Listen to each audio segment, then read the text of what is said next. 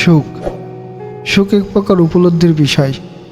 আর মানুষ নিজেকে সুখী ঠিক তখনই মনে করে যখন তার চারপাশের মানুষগুলো তার প্রতি আন্তরিক হয়।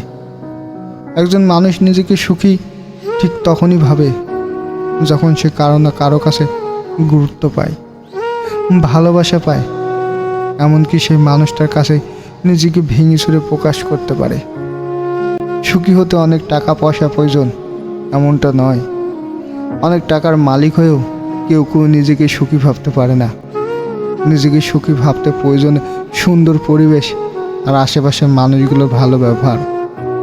চারিদিকে বিষাক্ত মানুষের আনাগোনা, কাছের মানুষগুলোর দুর্ব্যবহার আর ভালোবাসাহীন জীবন নিয়ে নিজেকে কখনোই সুখী ভাবা যায় না। যারা প্রকৃত অর্থে সুখী তারা ঠিক কারো না কারো ভালোবাসার ছত্রছায়ায় থাকে, কারো না কারো কাছে সর্বাধিক গুরুত্ব পায়, যে খুব আদরে থাকে। অবহেলা অবজ্ঞা নিয়ে বেড়ে ওঠা মানুষ নিজেকে সুখী ভাবতে পারে না। নিজের ভেতরে তিলে তিলে শেষ হতে থাকে। নিজেকে সুখী ভাবতে গিয়ে তারা বাস্তবতার কাছে বারবার হেরে যায়।